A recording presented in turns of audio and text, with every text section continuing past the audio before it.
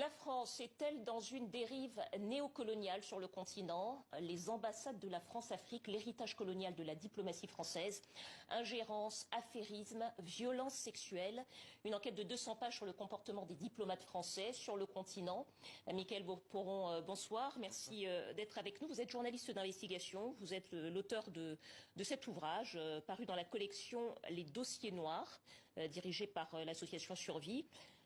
Peut-être un mot, les ambassades de la France-Afrique, peut-être un mot sur le rôle encore de l'ambassadeur de France, qui, comme vous le décrivez dans cet ouvrage, conserve encore, des années après la décolonisation, un statut à part dans les ex-colonies. Oui, moi j'ai tendance à parler d'asymétrie en fait dans les relations, puisque effectivement l'ambassadeur de France dans les anciennes colonies, et ça s'explique par l'histoire, a un statut encore particulier. Un statut qu'il n'a pas, qu'on ne retrouve pas dans d'autres régions du monde, que ce soit Amérique du Sud, en Asie par exemple. Vous le décrivez même dans certains pays d'ailleurs, comme un acteur politique à part entière de la vie politique locale. Est-ce que vous pouvez nous donner quelques exemples, nous expliquer ça? Oui, mais il y a des exemples très concrets et très récents, très contemporains. On sait très bien que dans la crise post-électorale ivoirienne, l'ambassadeur de France à l'époque avait joué un rôle très important. On sait que dans les multiples crises, en Centrafrique par exemple, les ambassadeurs de France successifs ont joué des rôles importants. Donc en fait, jusqu'à aujourd'hui, et puis l'ambassadeur de France reste une espèce d'interlocuteur. On a tendance à dire de moins en moins, mais en fait, je suis pas sûr que ce soit le cas.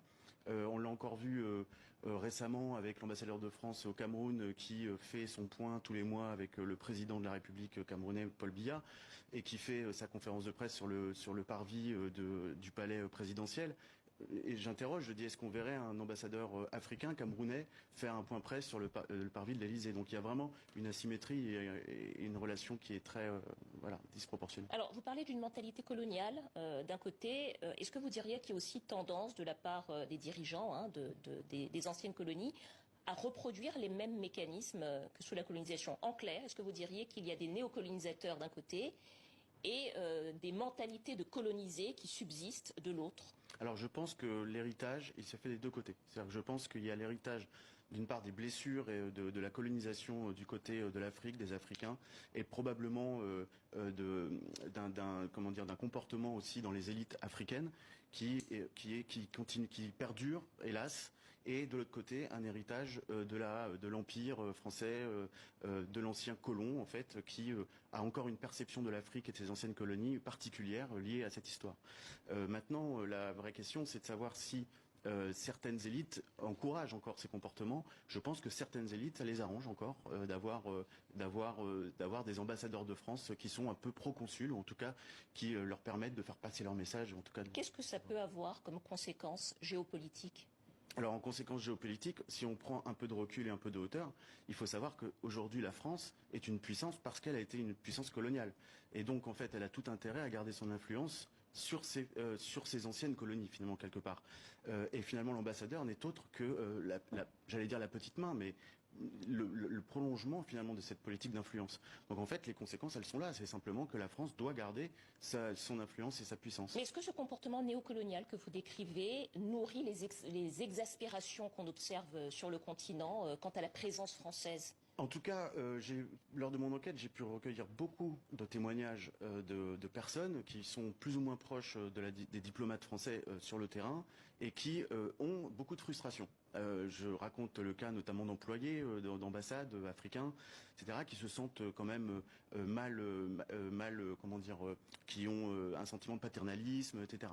Donc en fait, quand même, je pense que tout ça forcément se diffuse à un moment donné dans les familles, dans les populations. Le sentiment, j'ai pas envie de dire que le comportement des ambassadeurs nourrit ce qu'on appelle aujourd'hui le sentiment anti-français, qui est en fait une blague. Enfin, grosso modo, c'est plus complexe que ça.